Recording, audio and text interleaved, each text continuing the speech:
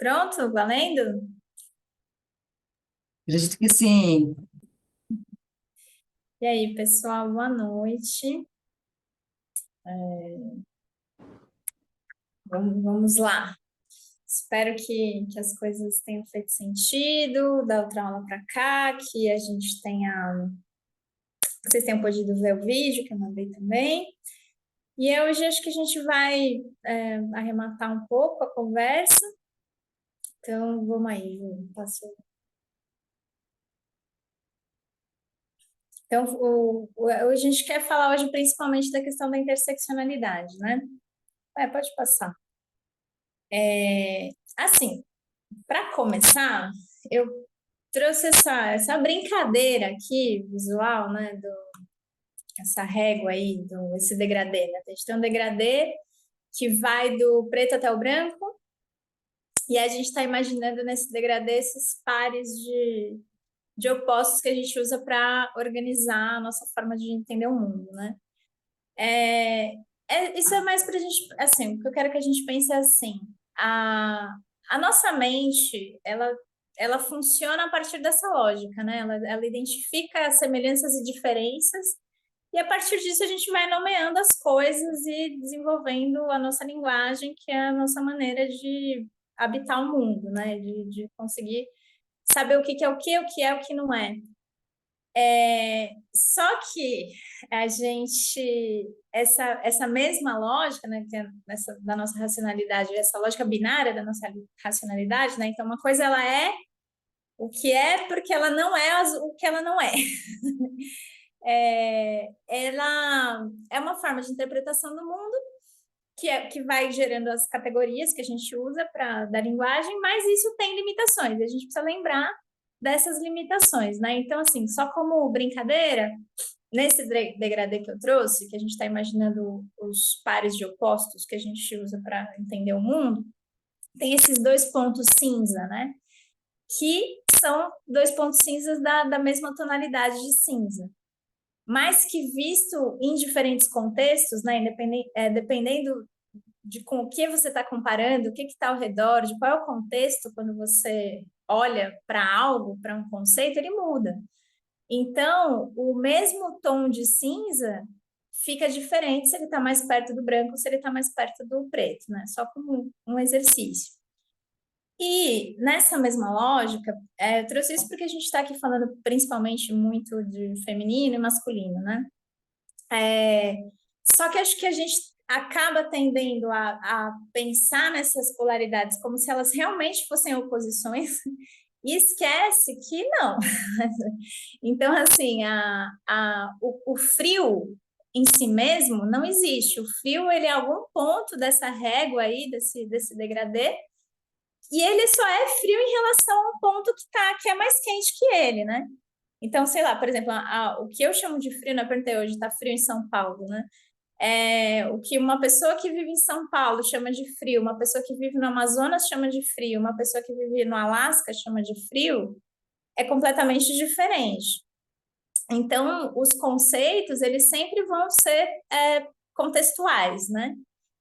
E enquanto a gente está brincando, né, de falar de luz e calor, frio e quente, a gente ainda está falando de alguns conceitos bem básicos, né, da realidade, né, assim, das primeiras coisas que a gente precisa nomear.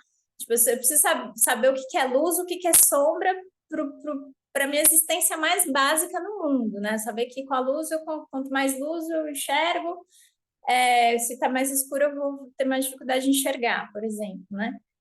Mas mesmo essas categorias, se ela, mesmo para nomear o mundo mais imediato, o mundo natural, vamos chamar assim, elas já falham, né? Essas categorias. Primeiro, isso que a gente já falou do contexto, e depois que as categorias vão se complexificando, né? Então, se eu quero nomear o que é vegetal e diferenciar do que é animal, em algum momento eu vou me deparar com o fungo, com o cogumelo, e vou ficar meio, isso não cabe nem ali nem aqui, né? E aí todo o desenvolvimento da linguagem e das categorias todas que a gente trabalha para interpretar a realidade vai se dando dessa forma que a gente vai precisando criar novos nomes para nomear novas coisas, porque nunca nada vai caber totalmente nas nossas categorias. E esse, para mim, é o ponto principal dessa conversa. Por quê? Porque, por um lado, a gente tem que saber usar as categorias que a gente tem, não no sentido de dizer, então qualquer coisa, e não vamos ter categorias de nada mais, porque elas nunca vão dar conta da realidade. Mas ao contrário, né? Sabendo que elas nunca vão dar conta da realidade, saber que elas servem para a gente se orientar. Passa aí, Ju. Então, se a gente vai para algumas categorias que estão sendo importantes, né, para a nossa conversa sobre patriarcado e tudo isso, elas têm essa complexidade. O feminino e masculino é interessante, porque é uma das primeiras diferenciações que o ser humano vai perceber, seja nos animais, seja em si mesmo, né? Então, essa é uma das primeiros pares de categoria, mas a gente já sabe que entra nesse lugar das categorias complexas, porque o que define essas duas palavras é muito mais do que, por exemplo, homem e mulher, é o macho e fêmea, né?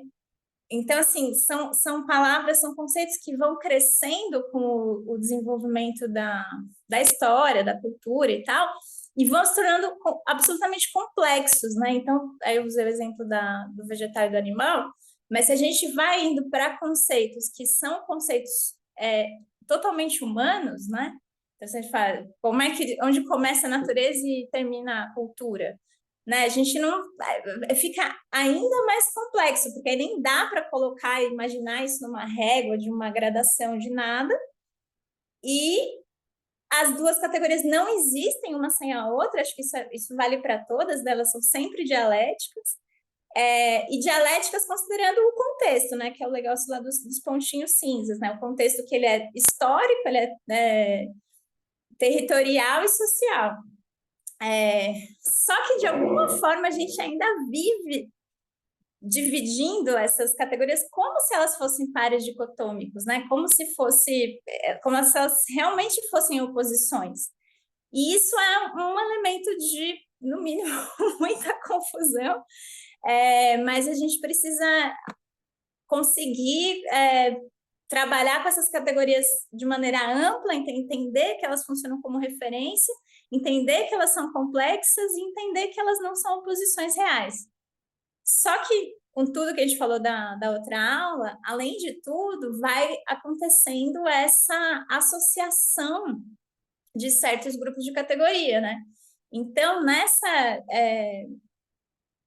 forma de divisão patriarcal que a gente veio falando na última aula, acho que também, bom, acho que em todas, né? Também na aula da Ju também vem, a, a gente vai tendo essa associação do feminino com a natureza, com o corpo, com a emoção, né? E antagonizando com as outras, com a razão, a mente, a cultura, mais associadas ao universo masculino. E elas. Então, a gente vai tendo essa separação, e o que é pior, que acho que é o ponto principal aqui, com um grau de superioridade entre uma coisa e outra, né? Que acho que é o ponto mais absurdo de tudo que a gente está discutindo, né? Porque ainda dividir entre corpo e mente para entender as coisas, vá lá, mas aí você dizer que um prevalece sobre o outro é que começa a ser o delírio nosso, né? Pode passar. Acho que a Nádia, pode Bia tá. interromper? Eu estou esperando você pegar para pegar um gancho para fazer um comentário sobre o primeiro slide, porque não posso deixar de comentar, mas aproveitar uma oportunidade para falar de uma coisa super importante, que é um cuidado que a gente precisa ter quando a gente pensa na pauta racial. Interseccionalidade é sobre isso, né? Ver os cruzamentos dessas questões. Então, o cuidado que a gente precisa ter de associar, por exemplo, aqui a gente está num degradê, e aí tem escuridão, frio, negativo, passividade, falso, mal, morte, né? Do lado aqui da cor mais escura. E aí, isso tem, numa sociedade racista, estruturalmente como a nossa, a gente precisa ter muito cuidado na linguagem na hora de fazer associações negativas à cor escura ou à cor preta, né? Então, só isso que eu precisava falar, porque eu acho que quando a gente está dando início ao nosso letramento racial, uma das coisas que a gente vai começando a identificar são códigos racistas da linguagem, da cultura, e essa é uma das coisas que passam muito batido, a gente falar inveja branca, como se fosse uma inveja boa, ou falar que tal lugar estava, não sei, no inglês dark, né? Nossa, a energia estava tal coisa, e sempre associando isso a coisas negativas. Então, isso é um vocabulário racista que a gente precisa tomar cuidado. Se, por exemplo, esse degradê fosse de outra cor que não fosse do preto ao branco, a gente não estaria endossando isso. Mas isso é um cuidado necessário que eu não podia deixar de comentar. Não, eu pus aí propositalmente nesse formato, porque é assim que se organiza essa lógica no mundo que a gente está, né? Eu nunca estou pensando a cor preta como o preto da cor do preto, como a cor do ser humano, né? Eu entendo essa questão que você está colocando. Mas assim, é exatamente assim que se organiza, né? E, tipo, porque nesse escuro a gente poderia colocar o feminino também, né? E o masculino do lado claro. É assim que tem se estruturado essa. E o mais grave dessa lógica é exatamente isso, né? Que ela vem com uma ideia de valor no lado que é aí que está a luz, o calor, o positivo, porque isso é a lógica binária, né? A lógica binária é que existe uma coisa que é e existe uma coisa que não é, né? Que em certas coisas, isso é que eu estou querendo chegar, assim, na percepção mais simples, assim, mais primeva da realidade, tem algum sentido, tipo, a luz a escuridão é a ausência de luz. Só que exatamente essas associações é que é o problema, né? A questão não é a gente pensar em pares de opostos, o problema é a gente querer agrupar esses pares de opostos como se isso fizesse sentido, né? Então aí eu falo que além da luz ser o que me faz ver, eu falo que ela é boa, que ela é branca, e que ela é, né? E que a escuridão, ela não é, e ela é má, e aí eu vou associar todo o universo de. Porque assim, luz e escuro não tem bom e mal. Entende? O que tem a ver uma coisa com a outra? Preto e branco, calor e frio, nenhuma dessas coisas tem qualidade de bom ou ruim. Mas é exatamente essa lógica que vai associando. Então, acho que ela não só faz isso que a Bia falou, de associar tudo que é da escuridão, tudo que seria a ausência, né, com a escuridão, com o mal, essas coisas aí, e o feminino entraria aí. Ela também. Ai, me perdi. Assim, além de tudo, tem essa ideia de que um é e o outro não é, né? E que aí é mais complexo, né? Então, nessa lógica, voltando lá para o homem branco no fim é o único que é, né? Então, assim, todo o resto é o não homem branco, né? Então, a pessoa, se ela é negra, se ela é indígena, se ela é de outro grupo étnico, ela não é branca. E aí, se ela é mulher, se ela é trans, ela não é o homem, né? Mas aí, obrigada, Bia.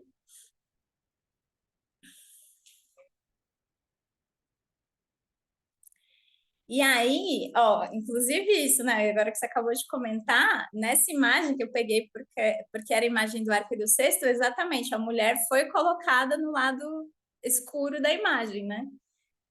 Eu não tinha pensado nisso na hora que eu peguei essa. Mas é isso, toda a construção de Yin Yang, ela vai por essa lógica, né? E é isso também interessante, porque aí, esse slide que a gente está agora, né? Essas dualidades, elas existem, quer dizer, elas são a forma nossa de interpretar as coisas. E ancestralmente, a divisão entre masculino e feminino é isso, ela fundamenta a construção, a cosmovisão de praticamente todas as culturas, né? Essa ideia de que é de fato a primeira divisão. Então, a gente também tem que entender esse gênero, ele tem pelo menos três dimensões, né? Uma é exatamente o campo do simbolismo, que vai associar a determinado gênero. Esse simbolismo ele vai variar, né, em cada cultura, Mas assim, algumas coisas a gente vê que se repetem, né? Então, o feminino vai estar associado à fertilidade, que vai estar associado à terra, que vai estar associado muitas vezes ao nascimento do mundo, em outros casos não, né?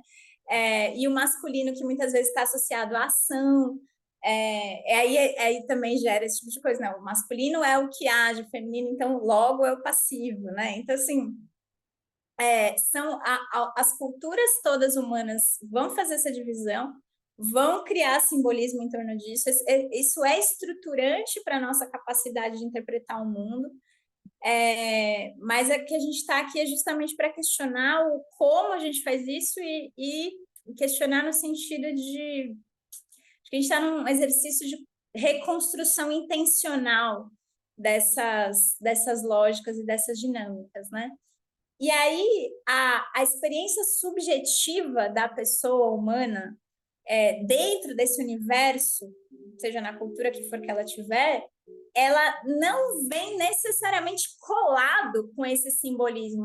São coisas que se atravessam, que se influenciam, assim como a divisão sexual do trabalho. Então, a experiência do indivíduo como gênero feminino e masculino não necessariamente está totalmente ligada a que ele está de acordo com a divisão sexual do trabalho naquela sociedade, ou ele tem a compreensão, ele se cola nessa construção simbólica do gênero naquela sociedade. Então, essas três dimensões, elas se sobrepõem, se atravessam, mas elas não se dão assim, elas não caminham necessariamente juntinhas.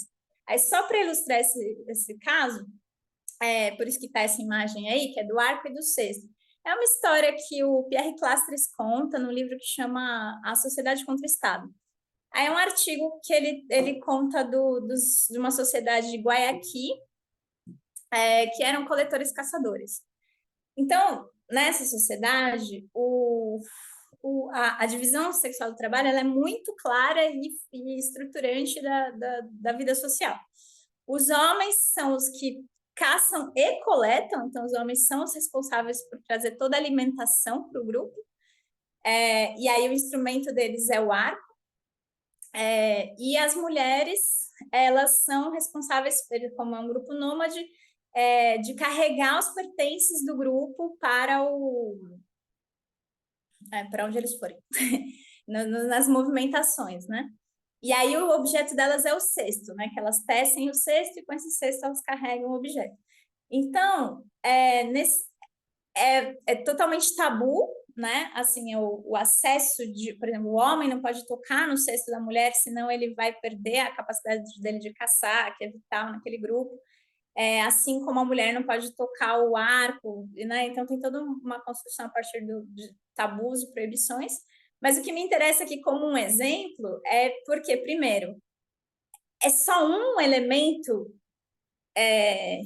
que tem esse tabu e essa definição do que isso é de homem, isso é de mulher, né? É um objeto, não é todo o resto, não está como cada um tem que se comportar completamente.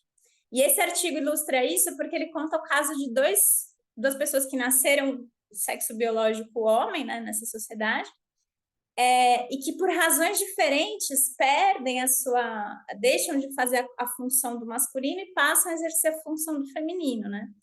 E aí ele conta de um que a pessoa faz isso por total identificação com o universo feminino, então para ele faz todo sentido, e aí sim, ele age mais parecido com as mulheres, ele está sempre com as mulheres, ele tece o cesto muito bem, assim como todas as mulheres, e carrega o cesto da mesma maneira que todas as mulheres, e ele está muito feliz assim.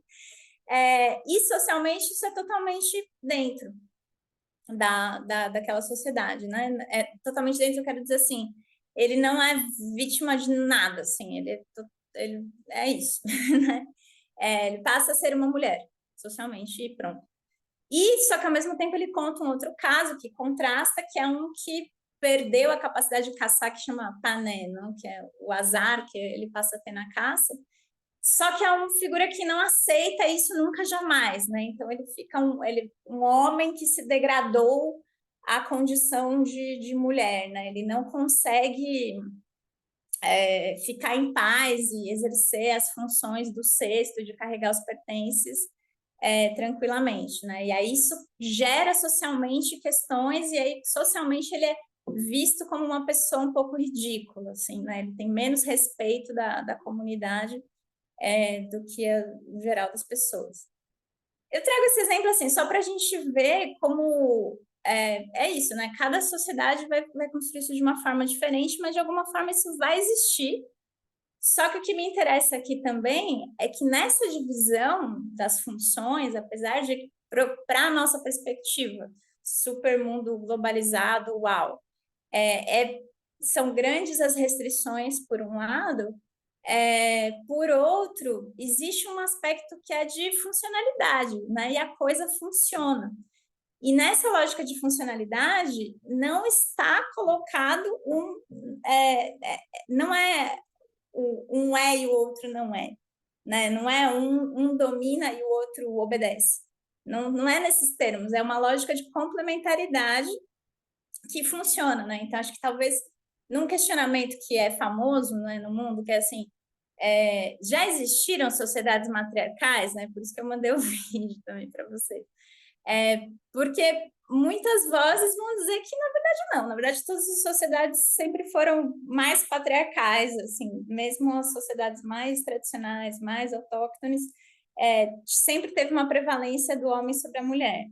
É uma questão que é questionável, mas que mesmo assim, acho que outra coisa que é questionável é o, a ideia de supremacia, né? Então, enfim, é isso. Passa. Não sei se alguém quer falar alguma coisa. A Bia.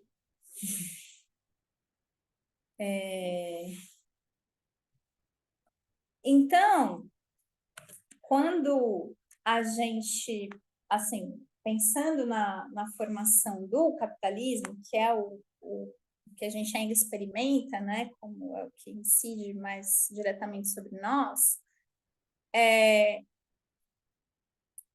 historicamente já tinha uma base nesse mundo europeu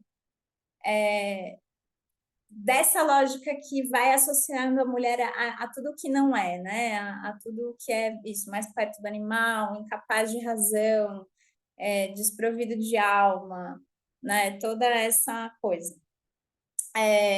Só que chegando ali, quando é a crise do feudalismo, acontece um corte muito brusco disso, né? Porque a partir do momento que começam a haver os cercamentos, né, das terras, a privatização das terras, né, porque até então os pobres, os proletários, eles estavam trabalhando, não era proletário, mas enfim, os pobres, eles estavam trabalhando ali no campo do senhor feudal e pagando tributo e assim, mas eles tinham acesso a essa coisa básica que é o básico da vida, assim, eu tenho a minha terra, eu posso plantar, posso comer, então eu posso reproduzir a minha vida, e é isso, né?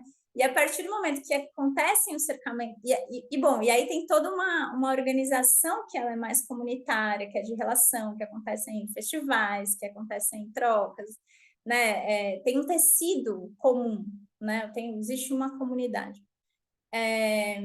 E aí, com o processo dos cercamentos das terras, isso é tirado, né?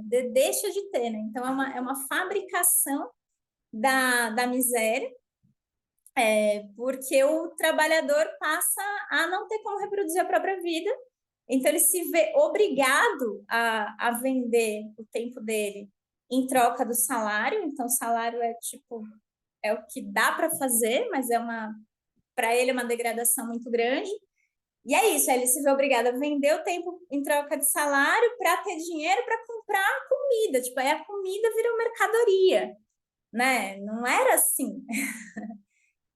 E aí, nesse processo, que coincide com tudo isso que a gente já sabe da colonização, da escravização das populações de África e da América, as mulheres, elas vão... existe uma campanha mesmo de impedimento, assim, de expulsão, na verdade, das mulheres dos ofícios. Então, assim, eu estou baseando aqui bastante no argumento da Silvia Federici, e ela narra isso, assim, né, que antes disso as mulheres, primeiro, as mulheres tinham acesso à terra, isso, né, junto com os trabalhadores homens dessas famílias, todo mundo acessava a terra. Isso é uma autonomia mínima, né? E antes disso não era condenável a mulher trabalhar fora, né? A mulher trabalhar é normal, né? Tem até essa imagem aí que são do século XV, essas mulheres pedreiras, né? Construindo uma ponte. E aí durante esse processo o trabalhador homem ele passa a precisar que assim, as mulheres vão cumprindo a função que a terra cumpria, né? Que é assegurar esse básico da sobrevivência dele para que ele possa trabalhar e ter o salário. Então começam a haver campanhas mesmo de expulsão e difamação, expulsão assim, dos trabalhos, dos ofícios, né? Os artesãos se juntam e fazem campanhas para que não se contratem mulheres, né? Inclusive os empregadores conseguiam contratar as mulheres mais barato, né? Mas eles fazem campanha de que não vamos trabalhar com quem trabalha com mulher. Então é uma campanha mesmo e junto isso tudo com o processo da caça às bruxas, né? Tudo isso vai se juntando aí, que ao mesmo tempo tira das mulheres totalmente a sua a autonomia que elas tinham sobre o próprio processo reprodutivo, né? Então é isso, né? Condenação de todos os métodos anticonceptivos, essa expropriação do próprio corpo, né? Das mulheres, nesse nível de violência que foi a caça às bruxas e nessa duração enorme, né? Então a gente precisa de séculos queimando mulheres por todos os lados. Porque a resistência delas foi grande, sim, mas assim, precisa se fazer isso com esse nível de brutalidade, né? Que acho que eu também associo isso muito com as coisas que a gente falou da aula passada, que eu acho que essa vida, né, ela quer resistir, né? Então precisa de uma campanha de terrorismo muito, muito grande, né, de Estado.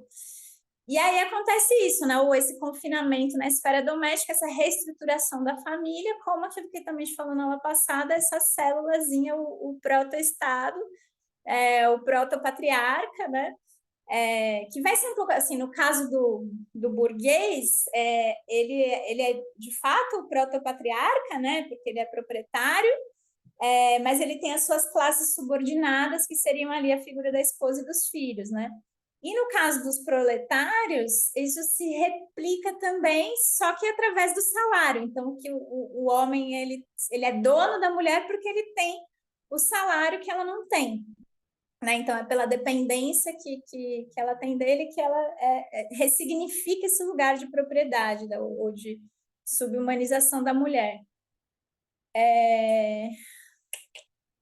E aí, acho que o importante disso tudo para a nossa conversa é que o trabalho, então todas as atividades femininas, ou seja, as atividades que se permite, se exige que as mulheres façam, né, que é o que a gente chama de cuidados domésticos e tal, elas passam a ser consideradas não trabalho. E acho que isso é um ponto muito chave, né? Porque quando eu estava falando de sociedades menores, mais tribais e tal, que tem uma divisão sexual do trabalho para que essa sociedade funcione, a gente está falando de divisão sexual do trabalho, aqui a gente está falando de novo do e não é, né? Então, o que o homem faz é trabalho, e o que a mulher faz não é trabalho, é nada, é natural, né? É o que ela faz mesmo. E aí, de novo, essa aproximação da ideia de natureza e da ideia de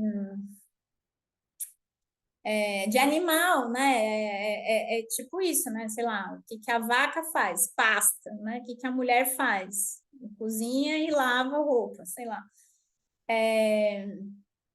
Então, como se fosse isso. Bom, e aí vai sendo essa construção mesmo, que só vai se consolidar, de fato, tipo, essa construção da mulher como da mulher ideal, da esposa ideal, que é boazinha, que é suave, que, né, que não sei, que toca piano e borda, sei lá, isso só vai se consolidar mesmo no século XVII. Então, assim, são pelo menos 2 séculos aí desse processo, né? E que é um pouco com o que a gente tem que se haver até agora. É isso. Tá. Alguém quer falar uma coisa? E aí, acho que isso também vem, assim, vem junto com tudo que já tem sido dito aqui, que essa visão do homem branco, essa posição do homem branco que objetifica todo o resto, porque acho que também é uma outra forma da gente falar desse é e não é que existe um que é o sujeito, né? Que é o homem branco. E existe o resto que é o não sujeito. Então, todo o resto não é sujeito, não é pessoa propriamente dito, se estamos falando de gente, né? E se a gente está falando do objeto, né? Então, assim como esse corpo das mulheres é objetificado, como nesse mesmo processo que eu estava falando da formação do capitalismo, a escravização das populações negras, a total e absoluta objetificação. Nesse ponto é importante a gente falar que se a gente está falando das mulheres europeias, né, que ficaram sem o salário, nessa dupla dependência do homem e do patrão, que é uma condição análoga à escravidão, né, tipo, trabalhar sem salário, imagina a mulher negra escravizada de verdade, né? Então, que é muito sobre essa aula aqui, né? Como que essa vai gerando camadas de violência, de opressão, que esse olho aí, esse olho que se pretende onipotente e onisciente e onipresente, né? Esse olho que acredita que tem uma visão objetiva da realidade, que nomeia as coisas e sabe, que acredita que sabe, esse olho não vê nada disso que a gente está falando, né? Então, essa perspectiva, que seria a perspectiva de todo mundo, a grande maioria infinita de tudo, né? Não só pessoas, como animais e o meio ambiente, tudo, são pontos de vista que ficaram silenciados, mas que são quem pode, de fato, trazer consistência e realidade para a interpretação da realidade que a gente tem, né? Porque essa interpretação ela é absolutamente pobre porque ela é de um viés totalmente único, né? E esse também é o sentido da violência, dessa visão única que se impõe como verdade, porque se a lógica é binária, se é ou não é, e se essa visão acredita que ela sabe, então todo o resto é. Então, se eu sou o verdadeiro, o resto é falso. Né? Que é exatamente o que acontece no caso, por exemplo, da colonização com a religião cristã, né? Esse olhar traz o Deus que é, e aí todo o resto tem que não ser, né? E esse ter que não ser implica, se converte em destruição efetiva, né? Do outro, da crença do outro, da perspectiva do outro. E nisso a gente está falando, inclusive, não só do que a gente já sabe, que é morte de pessoas e destruição de comunidades, devastação de territórios, mas a gente também está falando de perdas de mundos, porque cada cosmovisão, né, cada povo organizou diferentes cosmovisões, e cada cosmovisão é uma interpretação da realidade com regras próprias, que é um universo próprio. E aí, isso que a gente está destruindo, quer dizer, que esse processo veio destruindo, né? Destrói mundos, destrói realidades possíveis, que não pode existir se a gente tem um que é o verdadeiro, né? E aí isso também é interessante pensar, porque todos esses outros povos não são tão binários assim, na sua forma de ver as coisas, né? Então, quando eu dei esse exemplo rápido do que o Clastres conta dos Guayaqui, mas se a gente pegar a questão de gênero, por exemplo, tem muitos povos que têm um terceiro gênero, por exemplo, entende? Ou esses povos eles eram politeístas, claro, porque o mundo se manifesta de maneira múltipla, isso é evidente, a gente é capaz de sustentar que isso é verdade, e isso também é verdade, né? As coisas não precisam se eliminar mutuamente, né? Então, a gente pode ter múltiplas verdades, múltiplas versões da verdade, né? E eu acho que a maioria dos povos mais tradicionais tem essa visão de multiplicidade, de abraçar o diferente, né?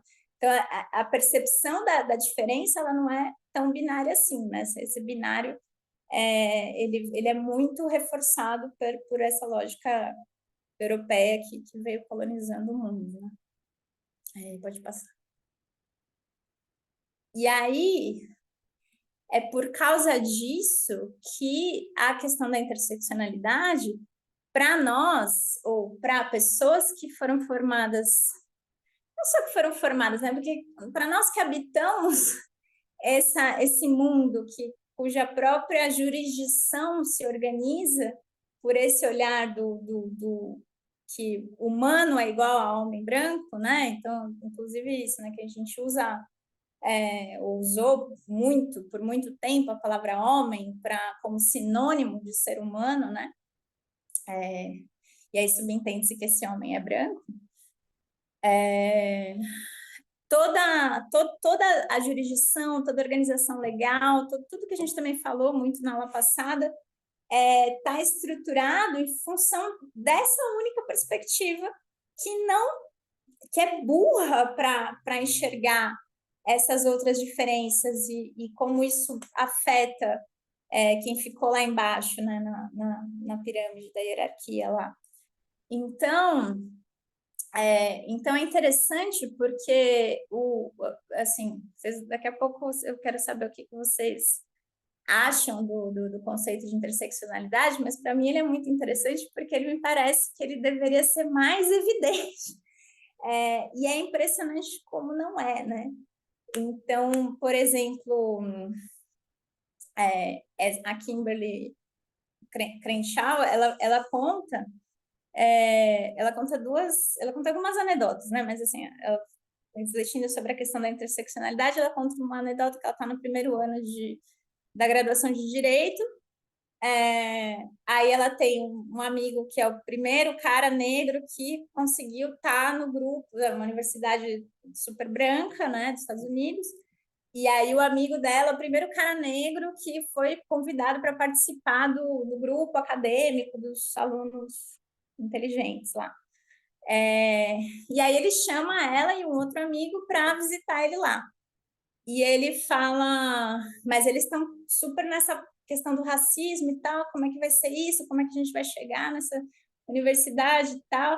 E ele fala, não, vem, a gente vai lidar, vai dar tudo certo, né? Vamos dizer assim. E aí, quando eles chegam, o amigo fica constrangido quando recebe eles e fala assim, então, vocês não podem entrar pela porta da frente. E aí o amigo dele fala assim, não, se a gente não vai entrar pela porta da frente, então a gente não vai entrar porque a gente não vai aceitar racismo aqui, né? Ele fala, não, mas aqui não é uma questão de racismo, é a Kimberly que não pode entrar porque ela é mulher. E aí ela se espanta porque o amigo fala, então tudo bem, a gente vai pela porta de trás, né? E aí que ela começa a refletir muito sobre essa questão. Então, a própria noção, por exemplo, dos direitos humanos, se ela se constitui na ideia de que o humano é o homem branco, as violações dos direitos humanos que afetam, por exemplo, uma mulher, que são iguais às que afetam esse homem branco, elas vão ser reconhecidas pelas instituições de direitos humanos e elas vão ser protegidas daquilo. Mas as opressões que uma mulher vive pelo simples fato dela ser mulher, as instituições não conseguem entender. Então, para exemplificar isso, né?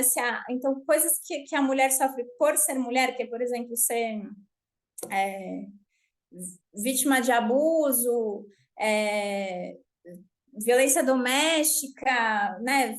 Opressões domésticas ali que são difíceis de ver, né? Que aí a lógica institucional vai falar assim, não, mas ele é teu marido, né? Ele não tá, sei lá, não tem como ele te estuprar, por exemplo, né? Então, é, e aí, então, fala, não, existem opressões que mulheres vivem por serem mulheres, que homens não vivem, e a gente precisa reconhecê-las. Aí, legal, a gente vai lá e começa a entender isso, e aí vai construindo todo um caminho dos direitos, que tem direitos que são específicos nas mulheres. Então, usando exemplo, a Lei Maria da Penha, né, que eu já escutei gente questionando isso, por que não tem Lei Maria da Penha para os homens?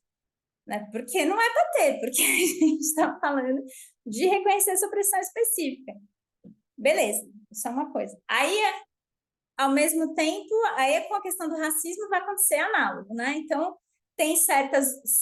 Se uma pessoa que é negra vive uma opressão que é igual a que a das pessoas brancas vivem, essa opressão vai ser reconhecida. Mas quando ela vive opressões específicas, a instituição que é branca na sua lógica interna não consegue entender, não consegue perceber, não consegue nem nomear e tal.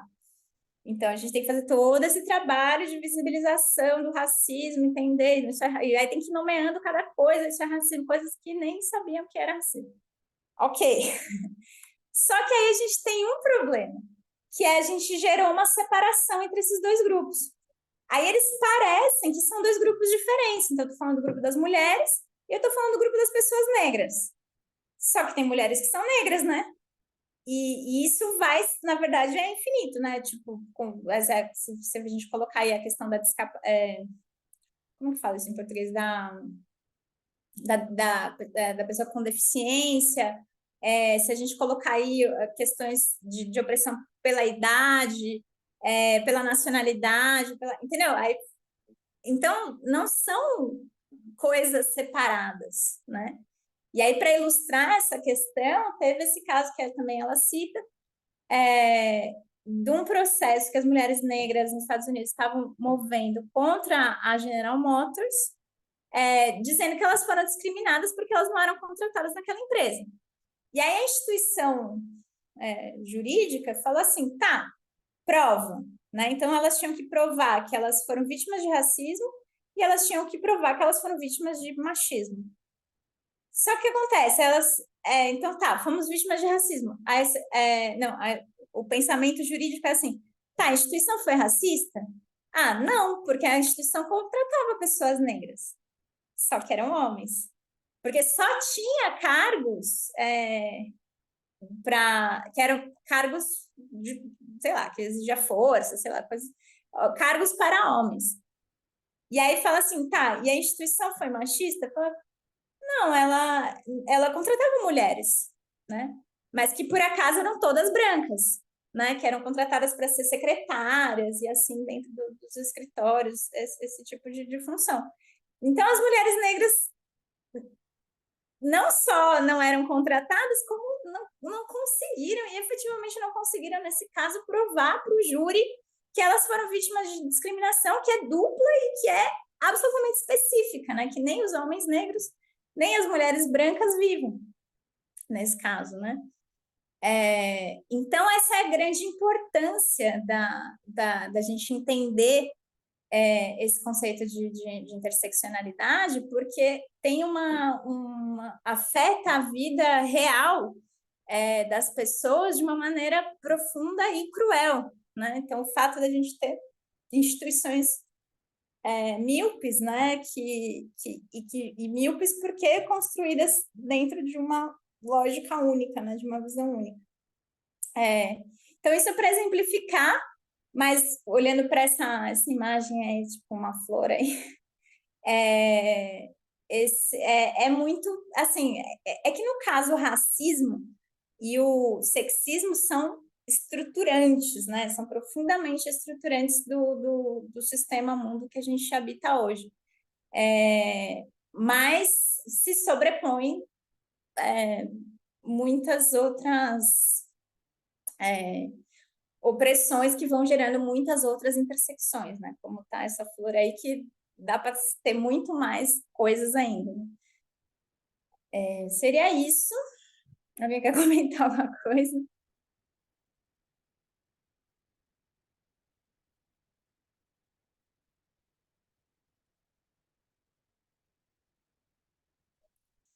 Eu fico com vontade de comentar isso, né? De como é um exercício mesmo, esse olhar interseccional, né? De como realmente, eu acho, pensando a separação, assim, né? Que a gente falou na primeira aula, na segunda aula, de como a gente separa, como foi separado, né? Tudo, natureza, de nós, né? E corpo, da mente, e todas essas outras camadas que a Nádia trouxe. É, eu fico pensando como é a gente reverter, né, essa lógica, o exercício que a gente tem que fazer, o esforço que a gente tem que fazer para começar a ver o que a gente chama de complexidade, né? E, e aí fico pensando em mil exemplos, assim, né? Me vem o livro da Bell Hooks, que eu não sei se vocês leram Bell Hooks já, mas super indico, e um livro que chama E Eu Não Sou Uma Mulher, né? Que quando algumas pautas, por exemplo, pautas feministas começam a bombar em alguns setores e elas não compreendem todas as mulheres, né? E aí a pergunta é essa, né? Quando mulheres começam a lutar pelo direito de trabalhar, por exemplo, as mulheres negras falam, mas de que mulheres vocês estão falando, né? Que mulheres são essas que precisam de direito para trabalhar? Ou outras conquistas de direito, de que mulheres estamos falando, né? Então eu fico meu exercício é muito esse de a gente trazer, a Nádia falou isso também, né? De trazer tornar visível, né, o que não é visível. E eu acho que o exercício da intencionalidade é essa, e é muito importante para todas as pautas e as questões que a gente está falando aqui para o SG. Eu acho que é esse exercício mesmo de uma visão macro, de uma visão sistêmica, né, fenomenológica, que vai revelando para a gente a complexidade e essas questões que se interseccionam. Então, meu comentário vai para esse lugar da gente se provocar mesmo, começar a exercitar. Tá, estamos falando aqui da mulher, patriarcado, mas de que mulher que a gente está falando, né? Que mulher que se encaixa? A gente está falando o homem, mas que homem? Quando a gente fala o homem foi a lua, que homem que foi a lua, né? E a gente começar a racializar mesmo, começar a botar. A gente precisa olhar para todas as. Promover a equidade vai passar por olhar e reconhecer as diferenças, as violências e as opressões. Não tem outro jeito, um jeito da gente ir para a equidade direto, né? Então é muito interessante esse exercício. Vocês vão ver quanto mais é como músculo mesmo, quanto mais a gente vê, mais a gente vê. Ju, põe a pergunta aí só para a gente fechar, quer dizer, para eu fechar minha fala. Que é isso, né? Então, pegando o gancho da Bia, que, primeiro, por que então que o protagonismo do feminino é importante nesse exercício que a Bia está falando? E aí, aí queria abrir, eu acho, para o grupo, se vocês também viram o vídeo, se vocês se propuseram a refletir sobre essas perguntas que a gente está lançando, e o que saiu aí de reflexões.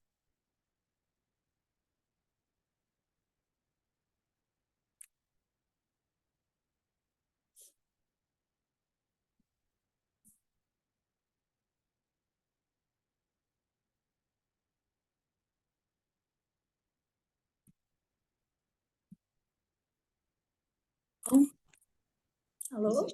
Samantha? Oi, gente.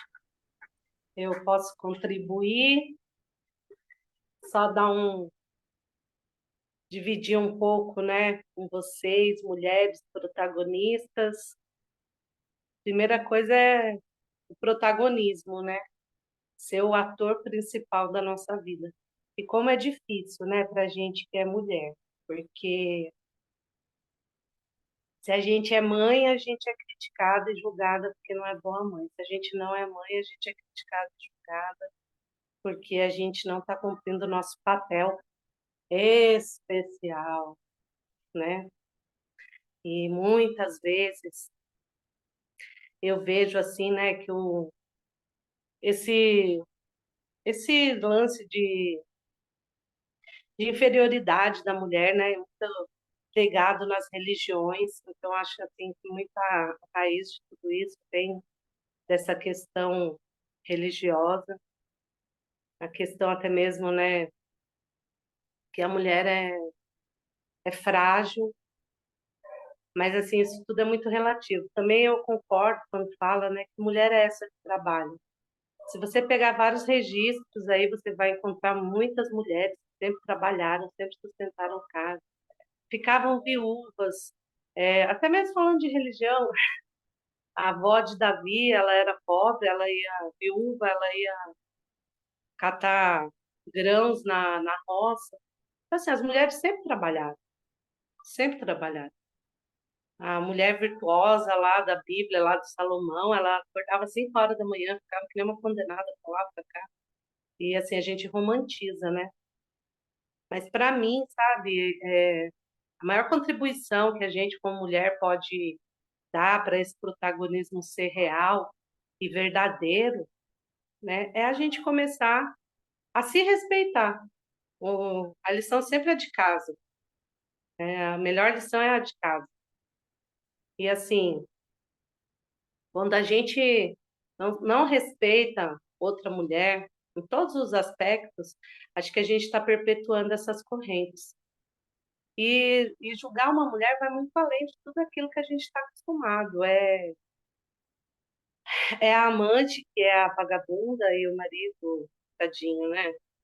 Ele só estava cansado. É a prima que, ai, nossa, como ela é sem vergonha porque ela não tem namorado e ela sai no final de semana. Ai, nossa, como aquela minha amiga é bêbada. Então, assim, esses julgamentos que a gente faz diariamente por diversas mulheres, por diversas situações, às vezes a gente, vou falar assim na minha linguagem, tá, gente? Tem uma linguagem simples, porém acredito que vocês possam compreender. Mas, assim, quando você vulgariza e você diz que uma mulher é sem vergonha porque ela bebe, você está sempre achando um motivo. Às vezes você passa um pano por uma atitude de uma mulher e cobra de outra uma outra atitude. Então, assim, eu acredito que a nossa maior colaboração é a gente realmente se olhar como amiga, como irmãs, como sororidade real, verdadeira, e como gratidão da vida da outra, com mais ouvidos e menos boca, com mais olhos e menos dedos, porque a gente já tem o mundo inteiro para nos criticar. E aí eu sempre falo, quando falo assim muito de protagonismo, eu sempre penso nisso, que a nossa rivalidade foi o que nos destruiu. Porque tudo a gente sempre aguentou, a gente sempre teve tripla, quarta jornada, a gente sempre foi mãe de 10, 15 filhos, a gente sempre sustentou a casa. O que seriam dos homens sem a gente? Mas assim, o que eu acho que mais prejudica mesmo é que enquanto nós não formos realmente irmãs, esse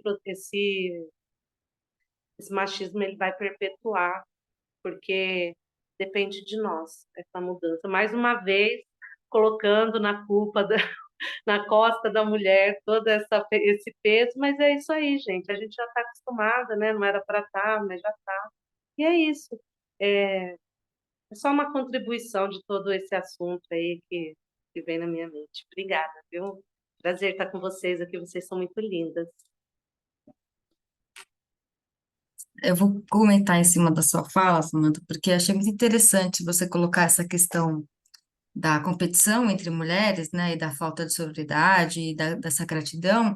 E quando a gente assiste os vídeos, é a principal característica que as pessoas falam das sociedades matriarcais, né, que não tem competição, que são cooperativas. Então, quanto isso é contra a nossa natureza também, né?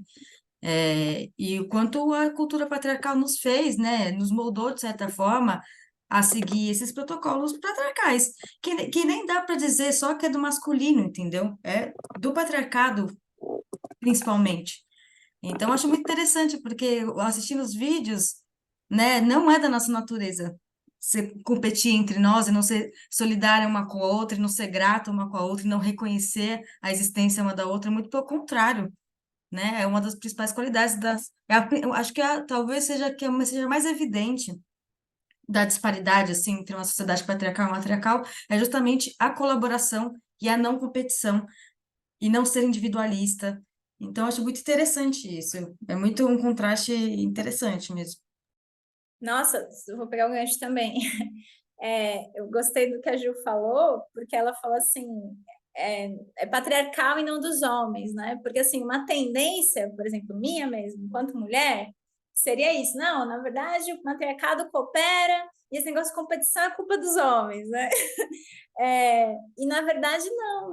Eu acho que não é nem da natureza masculina, e nem da natureza, nem de nenhuma natureza. É exatamente a produção. Assim, eu acho que a competitividade especificamente ela surge no cenário de escassez, né? Então, assim, é uma resposta de uma necessidade de sobrevivência, então preciso sim tirar do outro, porque senão eu vou morrer, né? E aí a gente está tão condicionado nessa lógica que é essa da resposta de lutar ou correr, que a gente vive a vida assim, entendeu? A gente vai viver na lógica da competição e viver na lógica da escassez. Porque a partir do momento que a gente tem certeza que tem para todo mundo, a gente não tem nenhuma razão para competir. Ninguém. E mesmo a leitura darwiniana, que vai falar que as espécies evoluem por causa da competição, ela é uma perspectiva bem patriarcal das coisas, entendeu? Porque eu posso olhar para a mesma natureza e falar: não, não, não, tá todo mundo cooperando ali. Por isso que o sistema está funcionando e está equilibrado. Tipo, a agrofloresta me ensinou isso muito, né? A formiga vem, comeu tudo, mas é porque ela está fazendo a poda, porque aquela árvore vai virar adubo para alimentar o sistema. Tá todo mundo participando da manutenção do sistema vida e que esse sistema existe em equilíbrio. Não é necessariamente a competição que faz as espécies evoluírem, mas tem um olhar nosso que vê competição em tudo. Então, só usando esse exemplo, né? Quando uma árvore cai, ela tem várias ali filhinhas dela que estão prontas ali para assumir o lugar dela, né? E uma vai assumir, as outras não. Mas, assim, a gente pode olhar para isso e pensar: elas competiram entre elas, ou a gente pode olhar para isso e falar assim: elas elegeram a que faria melhor essa função e todas estão de acordo com essa decisão. Então, é uma questão de interpretação, né?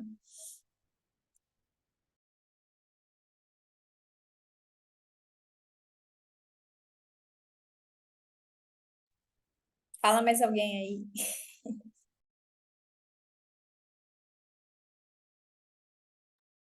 Eu acho que é importante a gente reforçar um ponto, né, que você trouxe, que é essa questão de como essas categorias opostas, né, elas são um recurso de interpretação do mundo, né, de a gente entender que só existe, se só existisse o calor, a gente nem chamaria de calor, porque só existiria ele. Então, a gente chama de calor porque existe o frio, né? A gente chama de luz porque existe a sombra. E isso um recurso analítico, é um recurso que a gente usa, como você falou, para interpretar o mundo. Então, acho que a gente tem uma tendência hoje a entender isso como algo ruim, né? Então, a gente tem que acabar com as polaridades. Não, a gente não tem como acabar com as polaridades, né?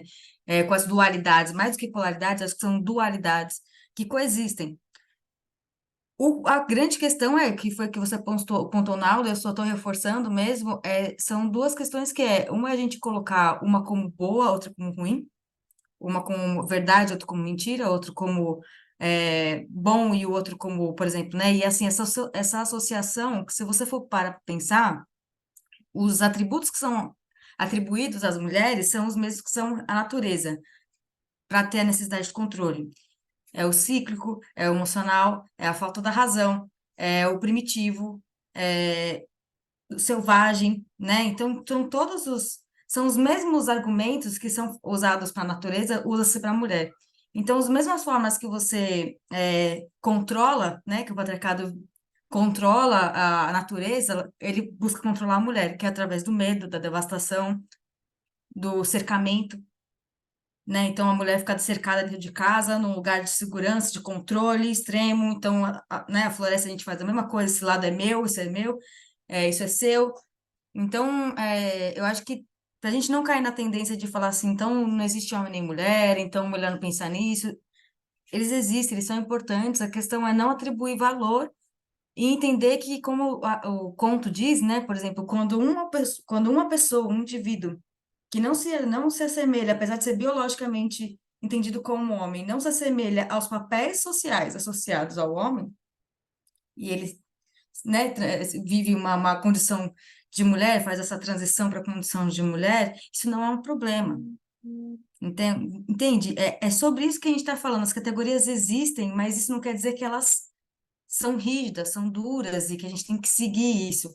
Elas são parâmetros que a gente pode fluir entre elas, né? E principalmente, eu acho que uma coisa que é muito importante a gente entender é a diferença entre o feminino, o masculino e o homem e mulher. São duas coisas distintas. Apesar de terem muitas semelhanças, são coisas distintas. E eu acho que isso é uma das coisas que fez com que a nossa humanidade, assim, bagunçasse um pouco as coisas e atribuiu o feminino exclusivamente à mulher e o masculino exclusivamente ao homem. E aí, quando uma mulher resolve assumir suas qualidades masculinas, ela tem que dar um outro nome para si mesma, sabe? Porque não existe uma mulher com qualidades masculinas nesse mundo binário que a gente existe, né? Que a gente vive. Então você começa a dar outros nomes para poder existir. Eu não sei se eu me fiz clara, né? Mas eu sinto que esse é um ponto importante. Acho que fez sim, João.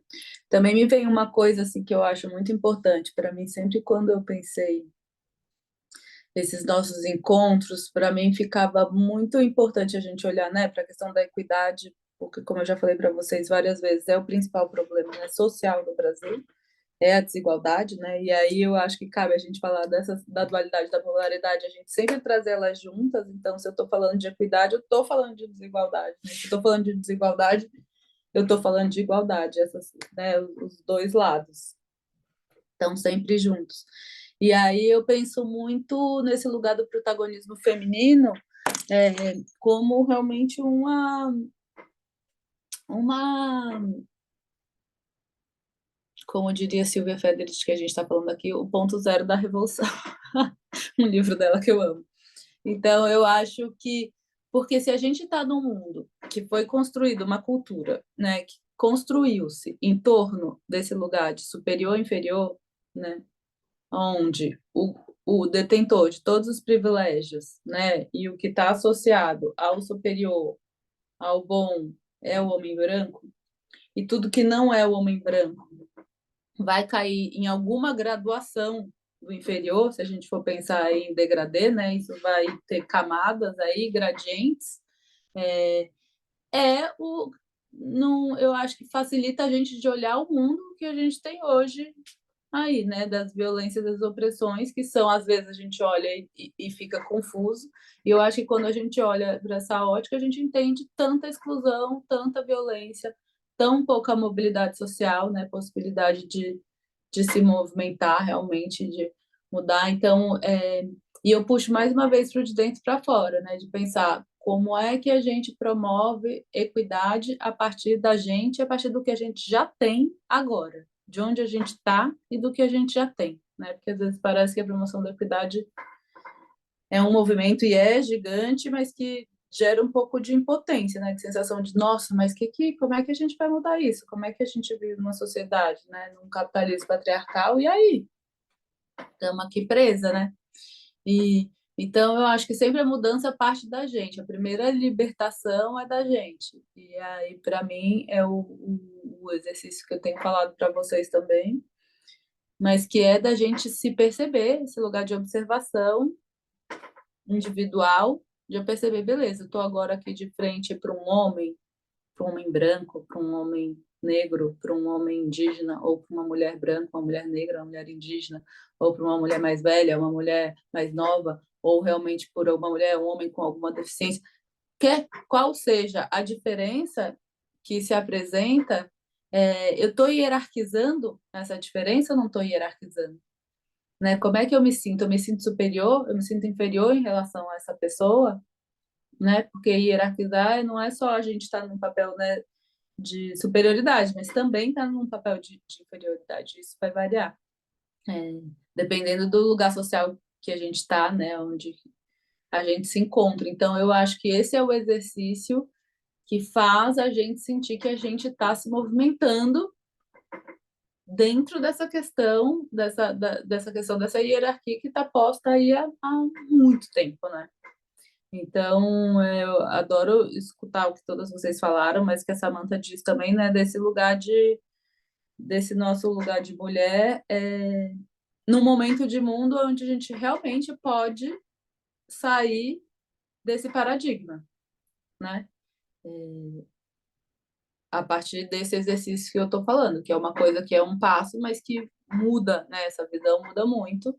E aquela história que a gente já viu mil vezes, de que quando uma mulher se liberta, liberta muitas outras, e eu acredito muito nisso. E aí a gente vai ver também muitas pesquisas que vão mostrar, né, para falar do protagonismo feminino, o quanto as mulheres estão ligadas, por exemplo, à questão de regeneração do solo, às questões de sustentabilidade, a pesquisas a disposição da mulher de gerar transformações, a conexão da mulher, por exemplo, à vida, né, em relação aos homens, a gente vai vendo uma questão, uma série de diferenças de estudos que mostram isso também, e que, para mim, vão reforçando esse lugar da importância de nós, mulheres, nos colocarmos como protagonistas das nossas vidas, né, primeiro, dentro das nossas casas, nas nossas relações, para que a gente possa ocupar e tomar decisões e fazer escolhas e atuar de um outro lugar, né? Não aquele que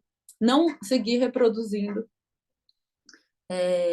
a construção social, né? Que quer nos manter nesse lugar, que quer manter tudo como está, né? Que não vai vir de graça, como eu digo, né? Assim, a gente tem muito que aprender com o movimento negro e indígena.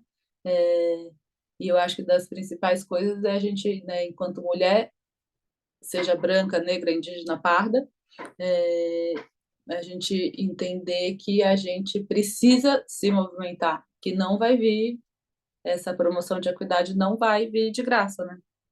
Não vai acontecer, nenhum direito das pessoas negras veio porque a princesa Isabel resolveu, né, fazer isso. Assim como, se a gente for pensar no caso de todos os oprimidos e os que sofrem violência, que não são os homens brancos, né? Cada conquista de direito é muito suada e é necessário união, é necessário mobilização, é necessário, né, estratégias. Então, eu acho que é isso. O nosso primeiro passo é o que a gente está fazendo aqui, que a gente tem informação, a gente entender como é que a gente veio parar aqui, né? A gente tem uma visão mais ampla do que acontece, entender as estruturas mesmo, para entender que o buraco é bem mais embaixo, né, do que parece, e aí para que a gente possa se organizar, se unir, se fortalecer e, e atuar, né? E atuar nesse lugar de protagonismo, que eu acho que vai fortalecer o que eu mais falo aqui, que é esse lugar do a favor da vida, né?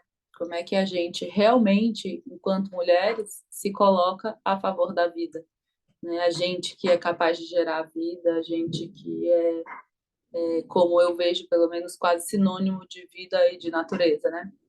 Esse ser mulher. Então, eu acho que é desse lugar, para mim, o meu exercício pessoal, cada vez mais é desse lugar, né? Me sentir viva, estar conectada com a vida, estar conectada com a natureza e buscando esse pé de igualdade com o que quer que seja que eu estou interagindo, né? Então, como é que a gente se relaciona em pé de igualdade, pisando no mesmo chão, confortável nos nossos corpos, né? Para não perpetuar a hierarquia das diferenças. Eu vou falar que nem a Jo, agora não sei se me fiz. Se deu para entender, falei um monte, a gente termina de falar e fala, será que, né, que fechou o raciocínio? Mas era isso.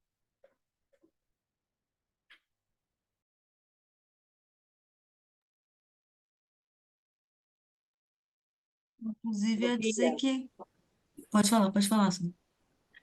ô, Bia, de Quem vai todo falar? que eu já aprendi de feminismo, o que eu mais gostei foi quando você disse daquele senhor indígena que a Terra só vai ficar perfeita quando houver o equilíbrio do feminino e do masculino. Acho que isso é a coisa mais perfeita. Eu não sei falar o nome dele, mas eu acredito que quando eu ouvi aquilo, o feminismo para mim fez sentido. Para mim também, Sam, tamo junto. A primeira vez que eu ouvi isso me fez assim, eu falei, é isso, né? E tem esses movimentos ecofeministas também, que eu acho muito interessante, né? A Vandana Shiva, que é uma referência que a Bela Gil falou no primeiro dia, uma super referência, vai fazer também essa comparação, né? Da exploração do corpo da terra, da natureza, com a exploração do corpo das mulheres, né? Da objetificação da terra e objetificação do corpo das mulheres, e eu consigo traçar esse paralelo aí, como você, Sammy, com o nome desse senhor é Ingwe é um nome difícil, do povo San, do Kalahari, do deserto do Kalahari, na África, que falou isso, né? Que passa que a cura do planeta passava por equilíbrio dessas duas energias. E também não esqueci disso, e com certeza essa é uma coluna vertebral aí quando a gente pensa nos temas desses encontros, né? E nessa necessidade de protagonismo do feminino, como cura mesmo, como equilíbrio, como aí a solução, a nossa última saída para adiar o fim do mundo. É o que eu acredito.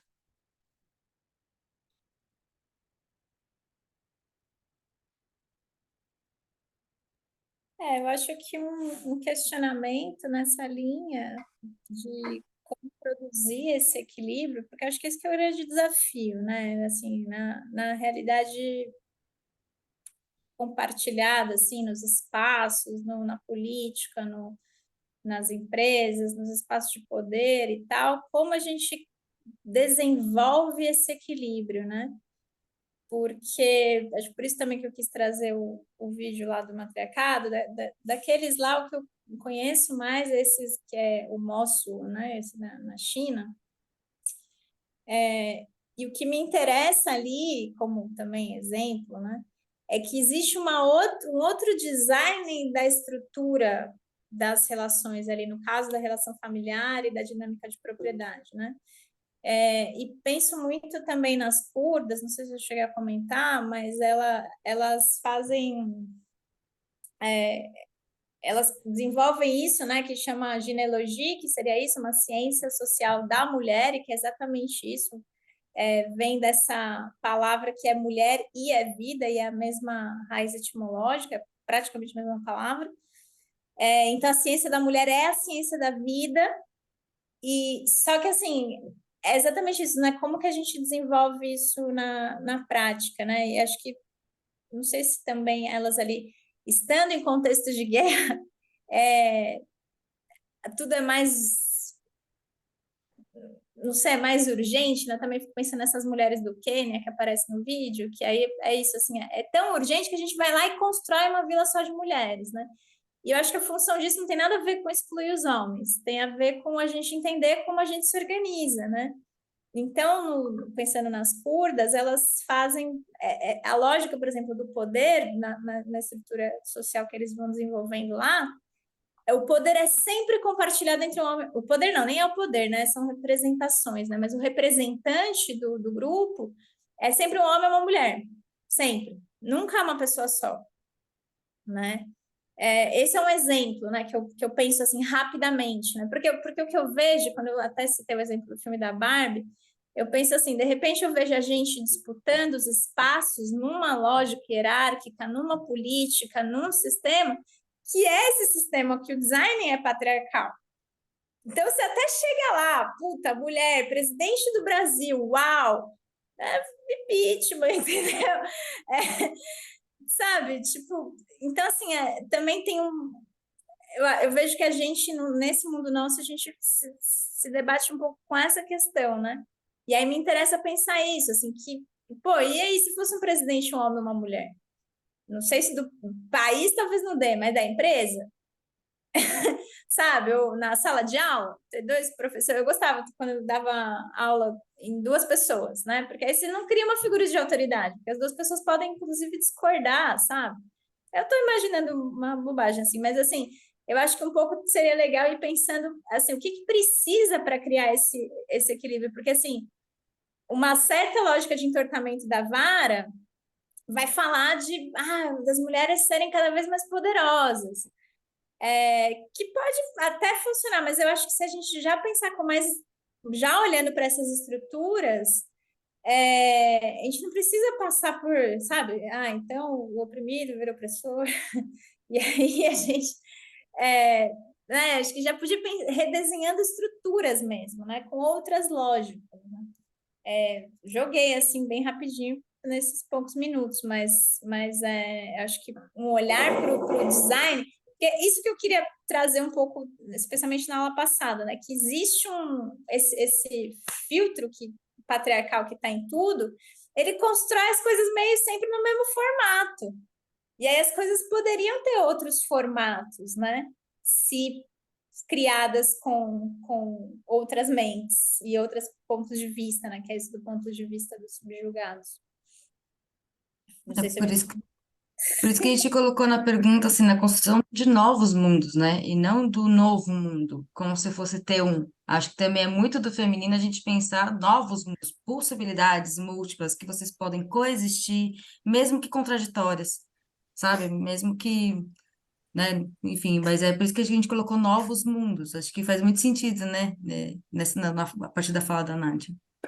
Total. E eu fico pensando assim em coisas simples também, né, de como a gente muda essas estruturas. Me vem um exemplo, por exemplo, da Bela Gil, né, que estava no Saia Justa esses dias e ela falando, né, a filha dela tá morando com a tia dela, a filha de 15. E o filho dela de 7, que é a idade da minha Juju, tá passando mais tempo com o pai dela do que com ela. E como, por exemplo, as pessoas que endeusam ela pela comida natural, pelo sei lá o quê, pelo sei lá o quê, 5 minutos depois estão esculhambando ela porque que tipo de mãe é ela, que não está vivendo com os filhos, que não está isso. Estão reforçando essa ideia de um modelo de mulher, de mãe, de esposa, né, único, e se a pessoa não se encaixa naquilo ali, ela é desqualificada imediatamente, né? Desses elogios que pode ter recebido há 5 segundos atrás, porque ticou algumas outras caixinhas, né? E para mim, o que a Bela faz, quando ela fala sobre isso no programa de televisão, que tem milhões de pessoas, sei lá, milhares, não sei quantas pessoas assistindo, se posiciona, se afirma nesse lugar, banca esse lugar, sem vergonha, sem medo, né? Ela está criando novos mundos, ela está criando novas possibilidades, né, para outras mulheres atuarem da mesma forma e bancarem serem esculhambadas. Porque é isso, para criar novos mundos, de novo, é um lugar difícil. Quando a gente quer transformar, a gente não vai ser aplaudido, né? Nem sempre vai encontrar apoio, nem sempre o caminho vai se abrir. É um lugar de abertura de caminho mesmo, né? Que eu vejo muitas mulheres, assim, nas minhas redes, mulheres que podem, né? Eu acho que no lugar da Bela, posso dizer que ela pode bastante. No meu caso, eu posso dizer que eu posso bastante também, né? Enfrentar certas coisas, né? Disso, de para poder abrir caminhos. Então, são às vezes coisas básicas, né? Coisas simples que mudam totalmente, que é uma mudança de paradigma, né? Eu fico pensando para mim, assim, né? O que foi? E aí provoco vocês a pensarem na vida de vocês. Quando foi que vocês mudaram o paradigma? Eu posso dizer que eu tive uma educação super feminista. Meu pai era a pessoa que, tipo, que cuidava da gente quando criança, que levava para a escola. Minha mãe viajava, minha mãe trabalhava muito mais fora de casa do que o meu pai. E meu pai assumiu os cuidados dos filhos e da casa. Para mim, isso era o natural, não era um assunto em casa, nem de orgulho, nem de vergonha, nem de nada, não era um tema a ser discutido. Muitos anos depois fui me dar conta disso, né? Que isso não era norma, né? Isso não era o padrão. E ainda assim, isso não evitou que no meu primeiro casamento eu me encaixasse numa relação machista, né? E que reproduzisse um monte de coisa, que naturalizasse um monte de coisa. Isso não impediu que eu, que sempre fui apaixonada pelo surf, porque meu pai era surfista, não considerasse surfar. E quando meu filho nasce, o meu quarto filho, menino, nasce, eu falo pro meu pai, pai, agora você vai ter que ensinar ele a surfar. E me cai uma ficha de meu Deus, que loucura é essa? Tipo assim, como assim? Eu não posso surfar, minhas filhas não podem surfar, o único que pode surfar é o meu filho. Tipo, agora meu pai vai ensinar porque é uma coisa que vai ser transmitida de homem para homem, né? Assim, e eu com esse sonho guardado, escondido, quieto aqui, adormecida há tantos anos, num lugar de que isso não é para mim. Mas um negócio muito sutil, muito escondido. Era uma coisa muito escondida que eu tive que observar muito para poder perceber. E aí, para mim, surfar e colocar minhas filhas para surfar, e para mim foi essa quebra de paradigma de não, de mostrar para ela que, para mim e para elas, que a gente pode fazer aquilo que em algum lugar está subentendido que é uma coisa que só os homens podem, né? E, e muitas outras coisas, ir para o Carnaval de Salvador, como eu sou casada, tenho 4 filhos e vou para o Carnaval de Salvador e a família fica lá louca, querendo morrer, não sei o quê. Uma coisa boba, mas que é uma mudança de paradigma, porque os caras fazem isso a vida inteira. As mulheres vão fazer e aí, como é que fica? Né? A filha, adolescente, que está começando a experimentar, que vai não sei o quê, e aí como é que você educa ela? Como é que você vai educar seu filho adolescente no lugar, né, do ficar com mulheres ou homens, e como é que você educa a sua filha adolescente para ficar mulheres e homens, né? O que que pode, o que que não pode, como é que você responde? São, tipo, vários desafios do dia a dia na educação das crianças, na nossa, que a gente vai reconhecendo muitos viés inconscientes, né? Tanto de novo, né, de valores racistas que a gente perpetua sem perceber, quanto valores, né, machistas, sexistas aí que a gente também não percebe, porque é muito naturalizado dentro da sociedade. Então, é observação mesmo, né? E mudança e coragem. Eu acho que, pelo menos na minha história, assim, na minha jornada, tem sido um pouco esse o caminho.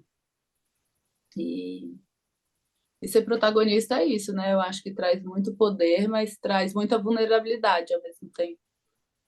Então, vale a pena, mas e quando a gente está junta, né, conversando, acho que também essa ideia da gente se colocar em roda de mulheres, tá, entre mulheres falando disso, porque a gente vai mesmo abrindo um caminho para as outras, e a gente vai mesmo lembrando do que a outra disse, e aí vai, realmente são elos, assim, sabe, um quebra-cabeça que vai se montando e a gente vai se fortalecendo, né? Tem um livro da Joyce Bert que eu amo, que eu não sei se vocês conhecem, uma arquiteta, que fala que empoderamento, é da coleção que a de curadoria da Djamila Ribeiro, e aí ela vai falar que empoderamento, não existe empoderamento feminino individual, né? É coletivo. Enquanto se eu tô aqui me empoderando sozinha eu não vou fazer nada. Eu posso, no máximo, realmente surfar, liberar minhas filhas para surfar, isso, faz, fazer diferente, né? Ser considerada um pouco diferentona, mais independente, talvez, mas não tô livre, né? Nem eu, nem minhas filhas. Isso só acontece mesmo se acontecer de forma coletiva. Então, por isso, eu reafirmo o meu propósito da gente estar aqui falando isso, pensando nisso, desconstruindo aí camadas da cebola juntas, para que a gente possa fazer isso coletivamente. 8h03. Ainda dá tempo de comentar alguma coisa? Ou eu fiquei refletindo muita coisa aqui durante a aula, né? E acho que assim me deu até um quê de esperança muito positiva, porque se a gente olhar realmente para o histórico e tudo que aconteceu em período de Idade Média, processo feudal que foi trazido pela Nádia, foram séculos e séculos, né? E a gente está numa velocidade muito rápida mudando isso. É lógico que talvez não tão rápidas para algumas e para alguns, mas se você olhar realmente assim a construção do mundo e como a sociedade, né, foi moldada, a gente tem visto algumas mudanças. Eu acho que essa conscientização ela tem ocorrido, né? ela tem ocorrido aqui na gente, a gente vai multiplicando e vai disseminando, e isso vai... Eu acho que é parte disso o protagonismo que eu enxergo, sabe? A gente conseguir se conscientizar e ir passando para frente. E recentemente, eu tô lendo um livro aqui que chama Explosão Feminista, e nele eu vi um negócio muito interessante, que é um dado de uma ONG, um estudo de uma ONG, não vou me lembrar agora o nome da ONG, que diz que em 2080, se na velocidade que a gente está hoje, né, a nossa política e as nossas políticas mulheres, né, as pessoas políticas mulheres estão sendo colocadas no governo, se na velocidade que a gente está hoje, a gente vai chegar numa equidade de gênero em 2080. Quer dizer, olhando, até que não estamos tão longe, né? Olhando para o passado, mas isso eu tive esse insight com a aula de hoje, mas quando eu li, eu falei, caramba, só em 80? E tem um outro dado que me marcou muito também nesse livro, chama Explosão Feminista. Ele é bem interessante, tá? Não sei se vocês já leram. Tem um outro dado que fala que, assim, no mundo, essa igualdade de posições, equidade, né? Seriam 400 anos para o mundo estar em equidade de gênero em parlamentos, né? Ou, enfim, dependendo de país, mas assim, em questão de dirigentes, né? Políticos. E isso me fez refletir bastante, sabe? Sobre, enfim, para quem eu voto, como eu votei nas últimas eleições. E na aula de hoje eu também pensei sobre isso, porque... E aí vou falar abertamente aqui, muita coisa passou pela minha cabeça, né? Assim, poxa, será que eu voto na Erundina? Mas a Erundina tá com mais de 80 anos, será que ela aguenta mais um... E, gente, sabe, é uma pessoa super forte, mulher, nordestina, eu tenho toda a minha admiração. E aí vem uma primeira camada ali da nossa... um etarismo, né? Será que eu não tô sendo etarista? Eu fiz essas reflexões, mas assim, você vê como passa pela nossa cabeça isso, né? E tá lá, tá trabalhando a pessoa. E ao mesmo tempo, por outros lados também, às vezes é uma pessoa muito jovem, às vezes sabe? É um homem que é muito novo, uma mulher muito nova, enfim, essas coisas passam pela nossa cabeça e eu acho que é isso que a Bia falou. Como que a gente pensa sobre isso, né? Como que olhar que eu dou para essas coisas e como que eu faço isso mudar? Porque não tem como, eu acho que a gente não tem como falar de protagonismo feminino e construção de mundo sem falar realmente em política pública, sabe? E é fato, quanto mais mulher você tem na política, em cargos no parlamentares, mais a gente teve nos últimos anos políticas para mulheres, seja de absorvente feminino gratuito, discussões sobre aborto, sabe? Então, assim, até a questão do aborto legal, né, para alguns casos. Então, tudo isso faz parte da gente ter representantes, né? E aí, ao mesmo tempo, me faz pensar, poxa, se tá tão longe pra gente, imagina para as pessoas trans, né? Assim, eu fico já pensando nos piores cenários também, sabe? Como que essas pessoas vão ser representadas, como que a comunidade LGBT vai ser representada. E é curioso, realmente, aí pegando um pouco da fala da Sam, é curioso ver que essas coisas nascem de coletivo mesmo. Tem que ter coletivo, a gente tem que ter admiração, tem que ter respeito um pelo outro, enfim, de estar junto mesmo e de que uma pessoa vai puxando a outra. Nesse livro que eu tô lendo, até fala um pouco disso também, que uma mulher na política, o tecido feminino que ela puxa é muito intenso. Então, realmente, quando sobe mais, entendeu? Não é só aquela uma. Vem mais, ela traz mais. Então, essa estruturação, ela é, de alguma maneira, organizada, ainda que não tenha sido pensada, mas ela é organizada, né? Então, é um estudo bem interessante. E aí, trazendo um pouco também, nesses últimos minutinhos, não querendo delongar muito vocês, mas sobre experiências pessoais, né? Eu tenho um menino e uma menina pequenininhos. E como isso, né, enfim, a maternidade muda muito a gente, né? Muda a gente de diversas formas, mas antes até da minha menina nascer, eu tinha muita consciência do homem que eu queria formar, que eu queria que meu filho fosse. Até o momento que eu conseguisse ter algum exercício de moldá-lo, de formação, né? E sempre foi muito assim, também muito aberto de, olha, você faz o que você quiser, você faz isso, faz aquilo, ainda que ele seja pequenininho. E eu acho que quando a minha filha nasceu, isso ficou tão mais forte, porque para ela, eu já tenho um olhar de que, assim, ela pode tudo. Ela não é mais frágil. Só que o meu lado, eu acho que até diferente um pouquinho do que a Bia trouxe da questão do surf para o menino dela, o meu lado é não moldar o meu menino para que ele vá só para aquilo que é muito masculino, sabe? Então, por exemplo, levei ele para ver se ele quer fazer balé. As amiguinhas dele fazem balé, por que, que ele de repente não quer fazer balé? Ele foi ver uma aula de balé, coisa que assim nunca tinha passado pela minha cabeça se eu não tivesse sido mãe, sabe?